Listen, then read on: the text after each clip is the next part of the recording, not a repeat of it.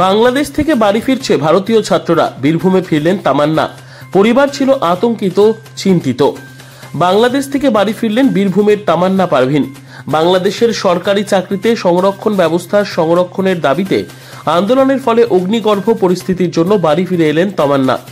এখনো আটকে মুরারই গ্রামে ডাক্তারি ছাত্রী সুমনা সুলতানা। তিনি বাংলাদেশের কিশোরগঞ্জের প্রেসিডেন্ট আব্দুল হামিদ মেডিকেল কলেজের ৪র্থ বর্ষের পড়ুয়া।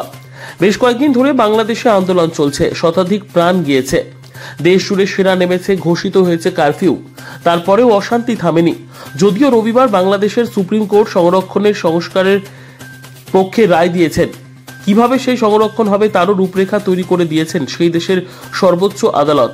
রায়ে বলা হয়েছে, সরকারি চাকরির ক্ষেত্রে শুধু 7% আসন সংরক্ষিত থাকবে, বাকি 93% আসনের নিয়োগ হবে মেধার ভিত্তিতে।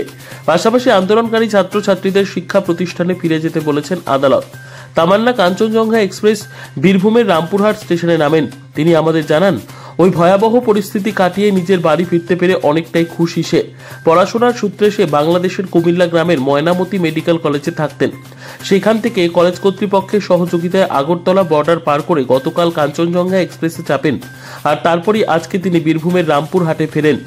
তিনি আমাদের আরো জানান, বাংলাদেশ সরকার বাড়ি ফিরতে বলেন বলে তারা বাড়ি ফিরে গিয়েছেন।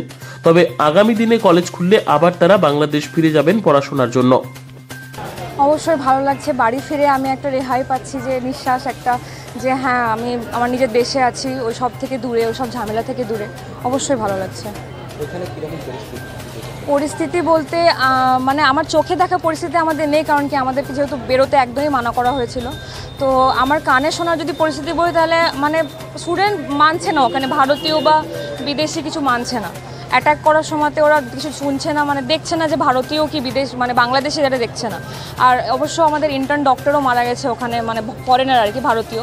তো এইটার জন্য আমাদেরকে যত তাড়াতাড়ি সম্ভব বাংলাদেশ মানে ছেড়ে চলে যাওয়ার জন্য বলে, যাদের আমরা আজকে এখানে আছি আর কি। আমরা ফিরলাম আগরতলা বর্ডার পার করে, আমাদেরকে ওখান থেকে কলেজ থেকে পুলিশ মোতায়েন করে পার করিয়ে, আর ত্রিপুরা গভর্নমেন্ট আমাদেরকে ব্যবস্থা করে দিয়েছিল থাকার জন্য আগরতলাতে। আর তারপরে আমরা গতকালকে সকালবেলায় আমরা এই ট্রেন ধরেছি কাঞ্চনজঙ্ঘা এক্সপ্রেস আর কি। আমি ওখানে MBBS করছি, ডাক্তারি পড়াশোনা করছি। আমার 3rd ইয়ার এখন। অবশ্যই ফিরে যেতে হবে, এত টাকার ইনভেস্টমেন্ট, আমাদের তো শুধু পড়াশোনা নয়, আমাদের বাবা মা রক্ত ঘাম করে ওখানে টাকার ফিজ দিয়েছে। এবার যদি আমরা না যাই, আমরা এই ফিজ কোনোদিনও ফেরত পাবো না। তো যদি সিচুয়েশন ঠিক হোক আর না হোক, আমাদেরকে ফেরত যেতেই হবে। কলেজ খুললে আমাদেরকে যেতেই হবে পড়াশোনার জন্য। প্রচণ্ড আতঙ্কে ছিলাম। যোগাযোগ হয়েছিল মোটামুটি 3 দিন আগে থেকে, মানে নেটওয়ার্ক মানে আমাদের ওখানে তো সব বন্ধ করে দিয়েছে, কিন্তু আমাদের এখানে জিও সিম ছিল বলেই আগরতলা থেকে যোগাযোগ হচ্ছিল। আগরতলা টাওয়ার কাজ করছিল। হ্যাঁ, মেয়ে পড়াশোনা করে MBBS।